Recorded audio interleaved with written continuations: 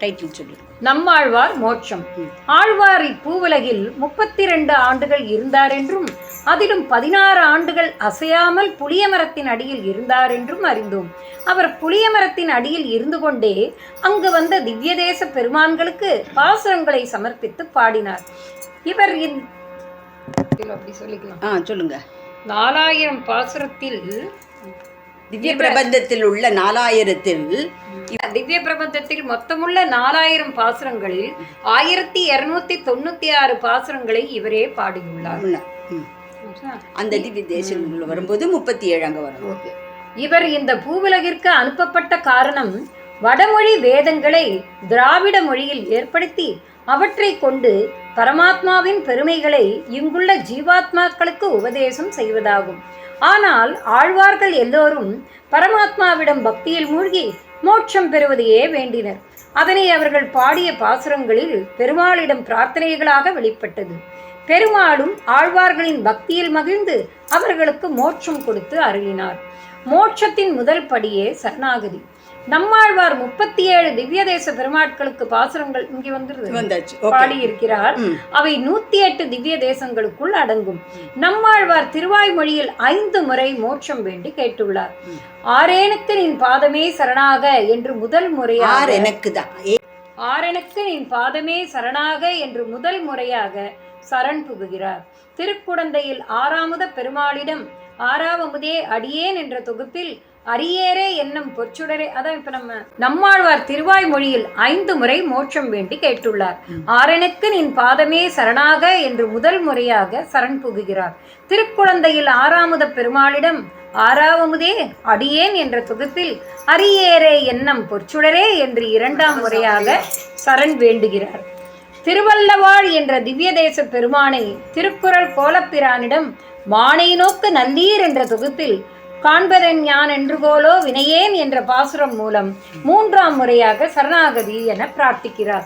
4வது முறையாக விபவாவதரமான் வாசுதேவனிடம் பிறந்தவாறும் வளர்ந்தவாறும் அவதாரம் விபவ அவதாரம் விபவாவதாரம் விபவ அவதாரம். கண்ணன்கிறவர் விபவ அவதாரம். என்ன வைபவம், அவரோட வைபவத்தெல்லாம் லீலைகள் எல்லாம் காமிக்கிறார் இல்லையா, அதனால அவர் விபவ அவதாரம். 4வது முறையாக விபவ அவதார வாசுதேவனிடம் பிறந்தவாறும் வளர்ந்தவாறும் என்ற தொகுப்பில் நாகனை மிசை நம்பிரான் பாசுரம் பாடி சரணாகதி வேண்டுகிறார். சக்தி இல்லையேல் சிவம் இல்லை, பிராட்டி இல்லையேல் பெருமாள் இல்லை. பிராட்டியை முன்னிட்டு கொண்டு ஆழ்வார் திருவேங்கடமுடையானே உலகமுண்ட வெறுவாயா அலகிலகிலேன் இறையுமென்று அவர் மேல் மங்கை உரை மார்பா என்ற பாசுரம் மூலம் சரணடைய 5 சரணாகதியில் அகிலகிலேன் என்ற கடைசி சரணாகதி மட்டுமே பிராட்டியை முன்னிட்டு கொண்டு வேண்டியதால் பலன் கிடைத்தது என பெரியவர்கள் கூறுவார்கள். 4 பாசுரங்களில் பெருமாளை மட்டுமே வேண்ட நம் சரணாகதி பலிக்க தாயார் மூலம் செல்ல வேண்டும் என்பதை நாமறிய உணர்த்தியுள்ளார். 4வது சரணாகதியில் கண்ணனிடம் வேண்டுகிறார். மற்றவை அச்சாவதார பெருமான்களிடம் வேண்டியவை. மற்ற சரணாகதிகளில் மோட்சம் வேண்டுகிறார். ஆனால் இங்கே பெருமாளை விட்டு பிரிந்து வருந்தினாலும் அவன் குணங்களையே கூற சக்தி கேட்கிறார். தன் வாழ்நாளின் முடிவு நெருங்கிவிட்டது என்று தாமே முடிவு செய்து கொண்டவர் திருநாட்டு பயணத்துக்கு தயாராக இருக்க வேண்டும் என்று திருமோகூர் காளமேக பெருமாளை வழித்துணையாக பற்றுகிறார். காளமேகமே கதி, அவர் திருவடிகளே துணை. துன்பம் நீங்க மோகூர் சென்றடைவோம், திருவடி துதிப்போம். கோவிலை வலம் செய்து கூத்தாடுவோம், திருமோகூரானை வலம் செய்தால் துயர்கெடும். வழித்துணை இல்லை என்று படுகிற துக்கம் தொலையும், அவரை நெருங்கிவிட்டோம் பாதுகாவல் என்கிறார் நம்மாழ்வர். பிறவி துயர் ஒழிந்து வீடு பெற கருதியதை தாழ் தாமரை தடமணி வயல் திருமோகூர் நாளும் மேவி நன்கமர்ந்த நின்று அசுரரை தகர்க்கும் தோளும் நான்குடை சுரிசூழல் கமலக்கண் கனிவாய் காளமேதத்தை அன்றி மற்றின்றலம் கதியே என பாசுரம் பாடுகிறார். ஞானம் சுடர்விடும் மேனியையும் பரமாத்மாவான திருமாலிரும் சோலை எம்பெருமான் விடுவதில்லை. நம் ஆழ்வாரை இந்த திருமேனியாகவே பரமபதத்திற்கு எடுத்துச் செல்ல ஆசை கொண்டான். ஆனால் நம்மாழ்வாரோ வேதமானது இந்த பூவுடலை உலகத்திலேயே விட்டுவிட்டு ஜீவாத்மாவை மட்டுமே செல்லும்படி சொல்லி இருக்கிறது என்று சொல்லி அழகருடன் செல்ல மறுத்தார். அழகரும் ஆழ்வாரின் சொற்களுக்கு கட்டுப்பட்டு அவரை வேதத்தின்படியே நடக்க ஆசீர்வதித்தார்.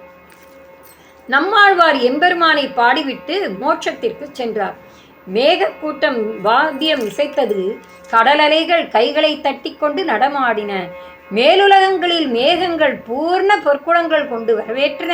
அந்தந்த உலகங்களில் உள்ளோர் ஆழ்வார் அவர்களை கடந்து செல்லும் போது தொழுது முனிவர்கள் எதிர்கொண்டு வந்து வைகுந்தத்திற்கு செல்லும் வழி இதுதான் என்றும் எழுந்தருள வேண்டும் என்றும் எழுந்தருள வேண்டும் என்றும் சொன்னார்கள். மேல் உலகத்தில் உள்ளோர்கள் ஆழ்வார் தங்கிப்போக இடம் செய்து கொடுத்தும் சந்திர சூரியர்கள் ஒளி வெள்ளம் செய்து கொடுத்தும் நம் ஆழ்வாரை தொழுதர் ஒளிமிக்க கண்களை உடைய தேவலோக பெண்கள் ஆழ்வாரை எம்பெருமாளுக்கு அடிமைப்பட்டவரே என்று பிரியமுடன் வாழ்த்தினார்கள். நித்திய சூரியர்கள் ஸ்ரீ வைகுந்தத்திற்கு ஆழ்வாரை எதிர்கொண்டு அழைத்தனர். வாசால் காப்பாளர்கள் தங்கள் சுவாமியான மாதவனுக்கு அடிமைப்பட்டவர்கள் தங்களுக்கு சுவாமி என்று கூறி வரவேற்றனர். பெருமாளும் பிராட்டியும் வந்து எதிர்கொள்ள திருமாமணி மண்டபத்தில் முடிவில்லாத மகா ஆனந்தத்தை பரம பாகவதர்களோடு கூடி கழிக்கின்ற பரமபதம் என்கிறார் ஆழ்வார். மேல் உலகத்தில் உள்ள எல்லோரும் திருக்குடந்தை எம்பெருமானிடத்திலேயே குலங்களாக அடிமைப்பட்டார்கள் என்று சொல்லி இவரை ஆதரித்தார்கள். இதனால் இவருக்கு பரமபதத்திலும் குழந்தை பெருமாளின் நினைவும் அனுபவமும் மறக்க முடியாதபடி இருந்தது. ஆழ்வார் திருநகரி என்ற ஆழ்வார் அவதரித்த ஊரில் உள்ள பெருமாள் கோவிலில் நம்மாழ்வார் சாற்று முறை விமர்சையாக நடைபெறும். இவர் விக்கிரகத்தை 24 போர்வைகளால் போர்த்தி பகவானுக்கு எதிரே கொண்டு வந்து நிறுத்துவார்கள். தூப தீபம் காட்டி ஒரு போர்வையை எடுப்பார்கள். இப்படியே 24 போர்வை எடுத்த பின் நம்மாழ்வார் விக்கிரகத்தை பெருமாள் முன் விழுந்து நமஸ்கரிப்பது போல படுக்கை வைப்பார்கள். பிறகு தூப தீபம் காட்டி துளசி தளத்தால் அவர் விக்கிரகம் வெளியே தெரியாத அளவு மூடிவிட்டு கற்பூர தீபம் காட்டி நிறைவு செய்வார்கள். 24 தத்துவங்களால் மூடப்பட்டிருந்த நம்மாழ்வார் ஒவ்வொரு தத்துவங்களையும் கடந்து 25வது தத்துவமாகிய ஜீவாத்மாத்துவத்தை அடைந்து 26வது தத்துவமாகிய பரமாத்மாவோடு இணைந்து விட்டார் என்பதை குறிப்பதே இவ்வைபவம். நாமும் இந்த நிலையை அடைய வேண்டும் என்பதை உணர்த்துவதே இந்த உற்சவம்.